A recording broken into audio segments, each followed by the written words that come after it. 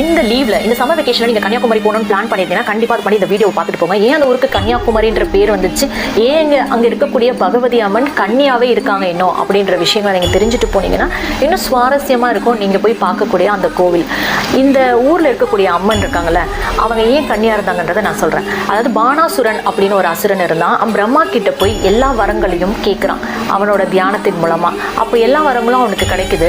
இதுலயும் முக்கியமான ஒரு வரம் என்னன்னா, அவனுக்கான அழிவு ஒரு கன்னி பெண்ணால தான் இருக்கணும் அப்படின்னு சொல்லி முக்கியமான வரத்தையும் வாங்கிக்கிறான். இந்த வரங்கள்லாம் கிடைச்சதுனால உலகங்களையும் வென்று அதுல ரொம்பவே சந்தோஷமா இருக்கான். இவன் சந்தோஷமா இருக்கான், ஆனா மக்களை எல்லாரையும் துன்புறுத்தி ரொம்ப கஷ்டப்படுத்திட்டான்.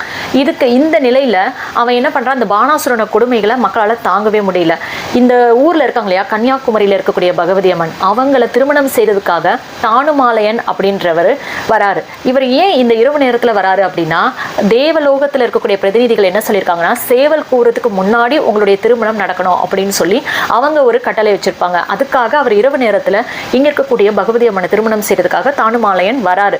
அப்படி வரும்பொழுது நாரதர் ஒரு கலகம் செய்றாரு. என்னன்னா, இந்த பானாசுரனை அழிக்கிறதுக்கு இதுதான் சிறந்த நேரம் அப்படின்னு சொல்லி சேவல் கூவுறதுக்கு முன்னாடியே இவர் கூவிடுறாரு. அப்போ என்ன ஆயிடுச்சு, சேவல் கூவிடுச்சு, பொழுது விடிஞ்சிருச்சு, இரவுல தானே திருமணம் நடக்கணும், பொழுது விடிஞ்சிருச்சுன்னு சொல்லி வந்த தானுமாலயன் திரும்பி போயிடுறாரு.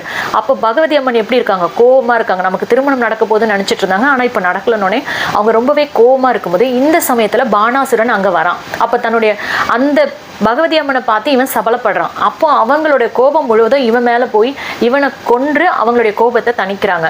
அதுக்கப்புறம் அவங்க திருமணமே பண்ணிக்காம கன்னியாவே இருந்ததுனாலதான் இங்க இருக்கக்கூடிய அம்மனை குமரி பகவதி அம்மன் அப்படின்னு சொல்றோம். இந்த ஊரை கன்னியாகுமரி அப்படின்னு சொல்றோம். எனக்கு 26 வயதுல திருமணம் நடந்தது. இந்த வீடியோ பார்த்துட்டு இருக்கவங்க மேரேஜ் ஆயிருந்தா உங்களுக்கு எந்த வயதுல மேரேஜ் ஆயிடுச்சு அப்படின்றத கண்டிப்பா கமெண்ட்ஸ்ல சொல்லுங்க.